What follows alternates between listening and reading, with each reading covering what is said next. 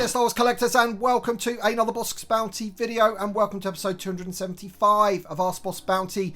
This is the weekly Q&A series. It drops every Sunday, where I take your questions from the comments section below and do my best to answer them. So if you do have a question for next week's episode and you would like to be featured in the video, then please leave your question in the comments section of this video. Before we get on to this week's questions, I just want to say that I will be drawing the winner of the carded Nim Num that we have right in front of you there. That'll be coming up later on in the video, so thank you to everybody that entered that by signing up to Whatnot using my Whatnot link. I hope you've enjoyed the free credit. With all that being said, if you happen to enjoy this video, hit the like button down below, subscribe if you are new, and let's get into this. Baron Mope Tui says, question for next week: what can TVC fans who want a Death Star HasLab learn from the LEGO Death Star unveiling and response? So I've got to admit, buddy, I haven't really seen any particular response to it. I haven't been reading any of the LEGO forums or watched any videos regarding what people actually think about that Death Star.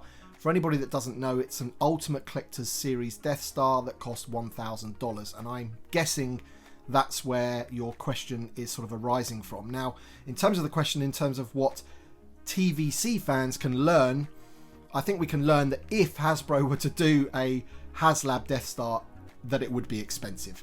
I think that's the number one thing that we can learn. We've already seen that a gunship is pretty damn expensive. Could you imagine a, you know, fully blown Death Star of the size of that Lego one, or even bigger perhaps? However they, you know, propose to do it, it's going to be expensive. So I think, you know, anybody that wants a Death Star as a HasLab, I do feel that you've got to be prepared, you know, for it to be pretty expensive, basically. Aqualish Doug says, hey Tim, question for next week. Now that our attention will soon be on the next Last Figure Standing campaign, and considering about 8 of last year's 12 finalists have been made or rumoured, do you think it's likely we will have a new 3PO by 2026, given that he has appeared on Yakface's rumour list for some time now? Trying to rationalise my Last Figure Standing picks. I've got to say, buddy, I think nothing's ever a given, especially when it comes to the Vintage Collection and Hasbro, and for me, C-3PO is most certainly going to be on my Last Figure Standing list. I'm not going to stop campaigning for that figure until we get him, basically, until he is like officially announced, you know, regardless of whether he's on rumour lists and that kind of thing. I never feel that anything's a given until we've actually got it. So for me, he's going to be on there, buddy, and if you want C-3PO, then I would recommend that you put him on there too. Of course, you know, we've got the Battle of Geonosis. There's a 3PO in that as well, so I'm not saying that that might be the first 3PO that gets made, but most certainly, if we are going to get a new C-3PO, then we kind of want that one as well, amongst loads of other protocol droids. Eric Coates says, greetings Boss Bounty, question for next week: think we'll ever get a brand new Y-Wing fighter and dewback? They would be a great release for the 50th anniversary of Star Wars A New Hope in 2027. Well, most certainly both of those would fit that narrative, wouldn't they, of, you know, 50th anniversary of A New Hope. That's if that's how Hasbro sort of, you know, look after that anniversary. I kind of feel that we might have missed the dewback now. I really do hope not, though, because the dewback for me is quite near the top of my sort of most wanted creatures. You know, we got the Bantha for the Return to Tatooine. They went for that one as opposed to the dewback, I guess. It's probably a pick between those two, don't you think?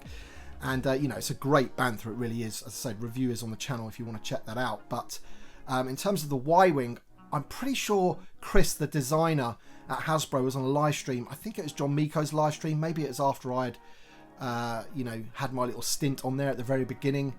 I watched the rest of it, and I'm pretty sure it may have been on that live stream or another, but I'm pretty sure he was asked about a Y-Wing, and that is at the top of, like, his list of wants. So if he's the designer, you know, I'm not saying that he gets to call the shots on what gets made. There's obviously a lot of factors around this sort of thing, but if it's something that he wants and he's the lead designer, then hopefully, fingers crossed, that means, you know, it's on the cards. Dial 3 says, hey boss, you know I appreciate your channel as I've been following from the beginning. You have, buddy. I've always seen your name pop up in the comments section, so thank you so much. Question for next week: I'm an avid TVC collector, but I don't collect any clone figures. I know it's a bit crazy, but I find I've saved so much money over my collecting journey. If you didn't have this wonderful channel, are there any figures that you wouldn't purchase, or are you a completionist and would you buy them all anyway? So I think maybe going back 3 or 4 years ago, I would have bought everything no matter what, like, you know, because I was a full-on sort of carded collector. Now that we're like well over 380, I find it very difficult to have the room to display all 380 card backs. So for me, I'm thinning down that side of my collection. I much prefer my loose collection, and then I keep my carded collection to a much more sort of refined list, if you like, of the things that I collect. Mainly original trilogy, some prequel trilogy, and then just other random characters that I like, and maybe some of the exclusive figures from the HasLabs and things like that. But is there anything that I wouldn't buy if I had the channel? Yeah, absolutely. I mean, if I didn't have this channel and I didn't review everything, then there's certain things that I just would pass on. And, you know, for me, that is things like the Acolyte. It doesn't really interest me that much, so why would I buy the figures? I think that's kind of natural. The Max Rebo Experience says, question for next week. I think Hasbro already said no, but do you think a re-release of the LAAT in a different paint job with 2 pilots would be a good idea, or would it ruin the concept of HasLab exclusivity? So I think this is the one HasLab where that wouldn't sort of affect the whole HasLab exclusivity, because if you're not giving them the exact gunship that was available for HasLab, then you're kind of alright on that front. If they were to repaint it in, say, the one from the Gendy Clone Wars, then I don't think too many people would be upset about that. However, I do remember, again, it may have been on a live stream, Chris, the designer, saying that that is quite unlikely that they're going to do that, certainly in the near future. I think, if you think about it, I mean, this gunship was kind of a struggle for them to sell. And I don't think they're going to be in much of a hurry to sort of put out another gunship, even though they might be able to reduce the price for it a little bit, because they've obviously got all the tooling and all that kind of stuff. It's literally just the paint scheme that's changing. He still said it's, you know, it's quite a small chance that it would happen. Reviews by Russ says, question for next week, how many Geonosians do you think we may get? We really need an updated figure for sure. So from my point of view, as next year is going to be the Battle of Geonosis, it would be pretty odd if they didn't have any Geonosians there for our heroes to fight. We have already seen some of the heroes that we're going to be getting. We're getting Shakti, we're getting Padme, and I'm sure there's lots more to come. I'm pretty sure we'll get battle droids, hopefully a new super battle droid. But then, of course, you've got the Geonosians, and we do have this one. Now, 10 points for anybody that can tell me the name of this guy, because I've actually forgotten. But this one actually does have a name. He was part of the cancelled Legacy Collection. But I feel that, you know, something along the lines of this in maybe an Army Builder 4-pack would be pretty good. They could change each one up ever so slightly, but, you know, for the most part, they would remain looking the same. This one actually isn't a bad sculpt. Probably could do with some extra articulation here and there. But yeah, how many? You know, how many different ones? Well, hopefully 4 different ones in a 4-pack. But then, of course, if there's any sort of named ones like this guy that might look a little bit different to your average Geonosian, then maybe we'll get one of those as well. Who knows? But I would hope for like 4 in a 4-pack as a minimum. Elusive Man says, question for next week, Bossk, what happened to the figure 2-packs? I like getting figures that go together right away, and having them unpunched is a nice bonus. There are so many easy choices: name troopers, officers, X-Wing pilots, or Jedi with their respective clone commander, like those for Order 66 2-packs back in the day. Yeah, I have one of those to hand right here, actually. Here's one. This is one of those Order 66 2-packs. This one's got Obi-Wan Kenobi and an AT-RT driver. So yeah, absolutely. But I know the 2-packs that you're talking about. You're talking about these. And is this the last one that we saw? The Rebels 2-pack? I really don't think that they're finished with this kind of thing. I think this was a really good idea. As you said, a great way of getting 2 characters that are related to each other in some way. The box keeps them nice. They're unpunched. All that good stuff. There's no reason why that they, you know, that they shouldn't be doing these. And did we not get one this year? Is that what it is? We haven't had one in 2025. So maybe we'll have to wait for next year and see what we get. But yeah, I personally don't feel that they're finished with that expression for sure. Solo353 says, hey man, question for next week. Do you reckon we'll get a new version of Garandan? I sold him last year, but now I have the Streets of Mos Eisley set. Things have changed. Yeah, unfortunately, I think that, you know, the amount of stuff that we're going to be getting for the Return to Tatooine is going to be very thin on the ground. We know we're getting that 4-pack of aliens, which people are speculating about which aliens we're going to be getting in that pack. But I think it might be a little bit too late for Garandan, and maybe Hasbro just thought that this one's good enough. And it is a really good figure, that one, this particular Garandan here. Obviously it lacks all the modern articulation, but in terms of the sculpt, it's pretty good. I've never really liked the cloak for him. I don't really feel that that's too screen accurate. I think it might need to be a little bit longer, but in terms of the sculpt and, you know, who it's supposed to be, that one is a pretty good one, and you might want to sort of look at trying to get another one of those, because yeah, I feel that we might have missed the chance for a new Garandan. Samabazza says, your videos are my Sunday highlight. Thank you for your hard work. Question for next week. I watched a recent stream with Chris and Steve Evans from Hasbro where their passion for 3.75 was very evident. When discussing the current HasLab, they emphasised that one of the main benefits of the 3.75 inch line that other lines do not have is the world building aspect. In that moment, my immediate reaction was that making background, supporting and minor characters is also part of the world building process. I feel that action figure dream packs would be amazingly successful based on my premise. My two-part question is it possible that they have not approached background character packs through that lens and therefore have not attempted any dream packs? And secondly, where do you stand on my view and justification for action figure dream packs, HasLab or not, which would be extremely successful if done correctly? Thanks, Tim. P.S. Ponkrell is coming. I have no knowledge, but somehow I just know he is coming. Well, if you want Ponkrell, buddy, fingers crossed for you, my friend. In terms of figure dream packs, this is something that myself and other people in the community have talked about many, many times on various live streams, and I think in the main we're all sort of quite for them. And I would be absolutely amazed if the subject of them hasn't come up in meetings that they have at Hasbro. I would be amazed, because let's face it, there are so many characters that we need from various different medias that they've missed along the way, and they are playing catch up, that it's literally impossible for them to catch up now. With all of the new media stuff that's coming out, we've got Mandalorian Grogu next year. I think we've got a second season of Ahsoka. So there's always going to be new stuff on the horizon, and it's about going back and sort of filling in some of those gaps that they've missed. So as I said, I would be amazed if it's at least not in the conversation. But as I've discussed with my friends online, this sort of thing is actually quite difficult for them to do in terms of like at least character choice anyway. You're never going to sort of keep everybody happy every time. So let's just say that the figure dream pack is 8 figures, right? And to get that figure dream pack, you have to buy all 8. And we also have to assume that those figures are not going to be the price of a retail figure as well, because they're just not. They're going to be more than likely all new tooling, every single one of them, that kind of thing. So they're going to be expensive, I feel. So let's just say, for example, that, you know, you only wanted 4 of the 8. Are you not going to back that if it's a HasLab dream pack?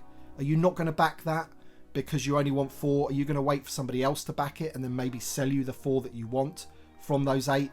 So it is very difficult, I feel, but I do still keep my fingers crossed for that sort of thing, because as we've seen both in the UK and the US, TVC in the sort of big stores is very few and far between these days. It's, I wouldn't say exclusively online, because obviously you do get them in store, but a lot of the purchases made by TVC collectors are online, whether that be Amazon, Entertainment Earth, your favourite retailers in the UK like Star Action Figures, In Demand Toys, that kind of thing. So I feel that the next step could be that sort of thing anyway, but we'll have to wait and see. But I'm certainly not against it for sure. We've discussed it many times, buddy. His name is XS. Question next week: do you think we could see Delta Squad as part of the Battle of Geonosis? I personally don't. I could be completely wrong about this, but I think, like with the Return to Tatooine, kind of focused on like A New Hope rather than sort of giving us a Mandalorian figure, for example, from his time in Tatooine. It kind of focused on A New Hope with the Bantha, the Land Speeder,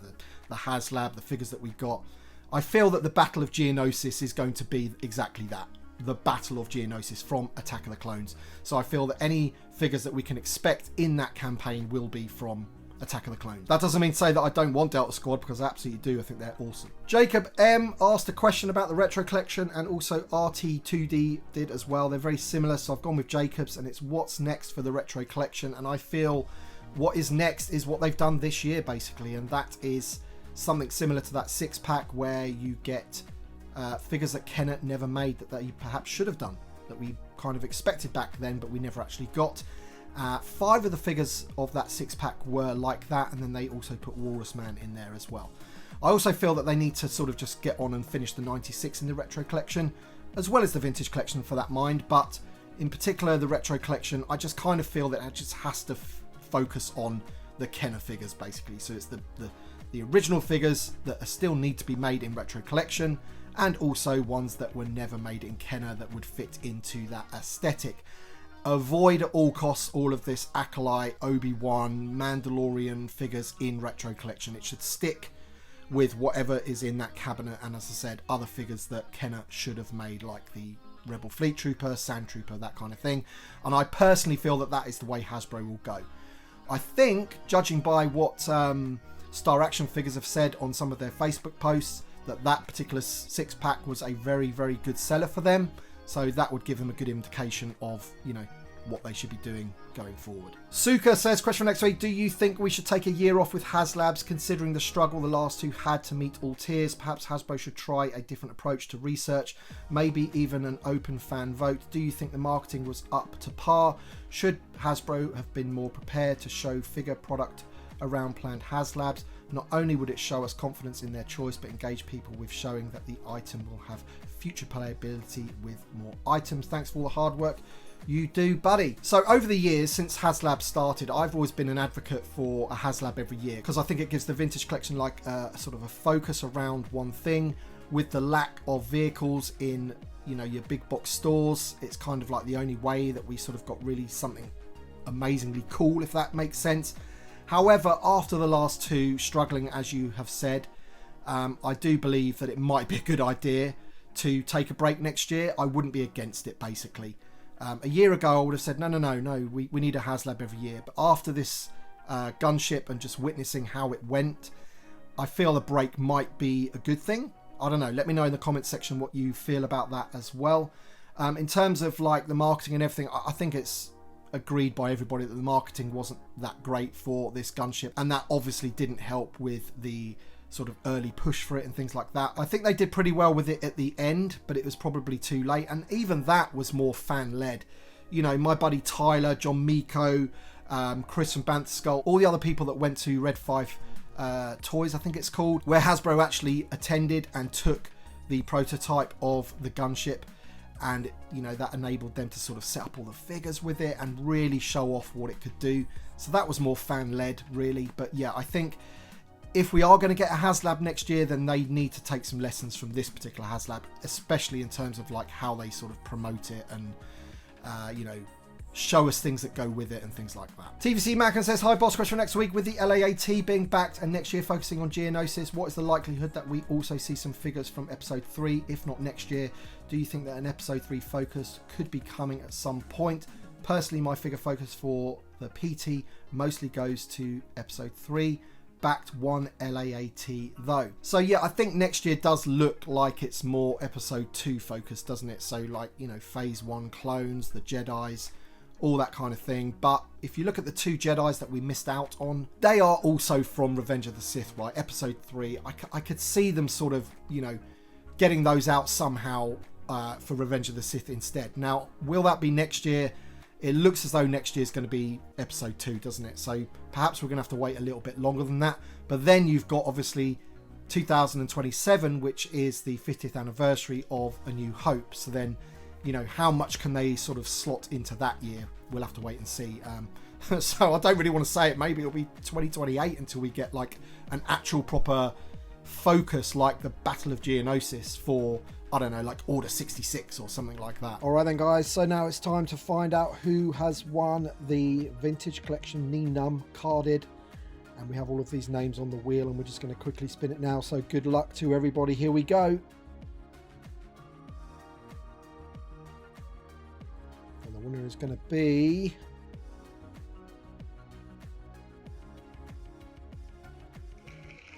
Cody Gila. I can never pronounce some of these names, but congratulations, buddy. What I will do, if you don't see this, I will contact you on Whatnot Messenger, and yeah, you can give me your details and I'll send you that figure. Congrats. Justin Riley says, I don't have any version of Andor in my collection, but with the potential of a couple of new Andor figures rumoured, I really should get a figure of Andor. My question is, which in your opinion is the best figure to get?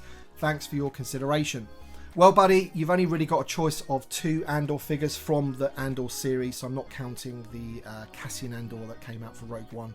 You've only got a choice of these 2, basically, and, you know, this is his main look from early Season 1, and obviously you've got the scene-specific or episode-specific Aldani mission version where he's dressed as an Imperial officer or trooper or whatever. And as we know, the legs on that figure are sort of, you know, not correct basically, or not screen accurate to, especially the boots basically. So for me, this is the one that you want. Now the problem with this one is you're also going to want one of them, and they are pretty expensive on the secondary market to go with him. But man, I actually think both of the figures are great, and you can't have your collection without an Andor figure, man. Get yourself an Andor figure. Luckily, both of those there are actually easy to get secondary market prices. You won't have to pay much more, if any more, than retail prices for either of those. Neil's 4D tutorial says, hi boss, congrats with the success of the gunship. I backed 2 of them and I can't wait to display them. Question for next week. I found an ATTE online for $250 and I'm thinking about buying it, but with the Battle of Geonosis theme coming in 2026, do you think there is a chance Hasbro will release a new ATTE? We see the Walker multiple times in Attack of the Clones and Clone Wars. I'm still not sure if I should buy it or not. Have a great day. So in my opinion, I feel that it's unlikely that we're going to get an ATTE in the line. I mean, it's not impossible, but I think you've got to think about, if they were to do that, like an all new ATTE, what would the price be of one of those? And I feel it would be possibly what you're looking at paying on the secondary market for that ATTE. Possibly more. We don't really know. I mean, Darth Vader's TIE Fighter was what, 140 was it, with a figure? I don't know, man. The ATTE, I personally can't see them doing it. So I don't really want to advise you to just go and buy that one for 250 and for them to just release a new one. But I just feel that it's unlikely, put it that way. And 250 for the previous version, from what I've seen online over the years, is probably not a bad price. 1976 Zucker says, hi BB, always a great pleasure to see your videos on Sunday evenings. I like to watch them with a pack of popcorn. Question for next week. We will soon have the Jedi Spirits in TVC 3-pack. It's a great news, but do you think we'll also have Anakin Skywalker Spirited carded? It's one of the final 96 that we still don't have in the line. Your thoughts? Thanks. So yeah, I'm lucky enough to have this in hand. I got it on import, but I do believe that this will be available around the time of New York Comic Con, London MCM Comic Con, and I think it's going to be a Hasbro Pulse exclusive. But in answer to your question, we do tend to get, you know, the figures that are included in special action figure sets on single cards, whether that be after the fact or before the fact. It's happened both ways if you look at it. And, you know, when we look at the most recent one that we've got with the, what was it, the Stormtroopers of the Empire, I'm pretty sure that we'll get a Sandtrooper carded. I think they'd be nuts not to do that, right? So, you know, it's just another way of them being able to sort of sell that figure again. Now, this one is the one that you're talking about. If you haven't seen my review for it, it is on the channel at the moment. This is the Sebastian Shaw head, and that is the one that you're talking about from the original 96. And if there's one figure from this 3-pack that they need to get on a single card, it is him, because it will please all of the people that collect the card backs, and specifically the people that are trying to collect the original 96. Yeah, so out of those 3, that's the one that I feel is most likely, and I'm keeping my fingers crossed for it. Dean Lee says, hi Bossk, with the negativity from some members of the community towards the gunship, do you think Hasbro would make an Imperial shuttle or sandcrawler which always comes out on top of fan poles, or be put off by making something that, to be honest, could do with the HasLab treatment? For me personally, I'd love an Imperial shuttle. The one Kenner made is from 1983 and the gunship is from 2002. Practically antiques. Cheers. Well, other people have also asked me, like, what lessons will Hasbro learn if this gunship fails and things like that. And I guess one of the things that they could potentially learn is that maybe some people out there think that a HasLab should be something that's never been made before. You know, like the Razor Crest, like the Barge, like the Cantina, I guess, although we've kind of had that before in pieces. But we've never had like a whole full-on Cantina. We'd never had the Ghost before. So there are some people out there that think that the HasLabs have to be something really special, and therefore it has to be something that's never been made before. Now, the things that have been never made before in terms of like having mainstream appeal are quite sort of thin on the ground, in my opinion. When I'm looking at things that you're suggesting, Imperial Shuttle, Sandcrawler, I mean, for me, those 2 things would be very high on my list of things that I want upgraded, specifically the Imperial Shuttle. So it's really difficult to sort of understand what Hasbro are going to take from this particular HasLab. It ended up funding. They might feel that that's a success. It didn't hit all of the tiers.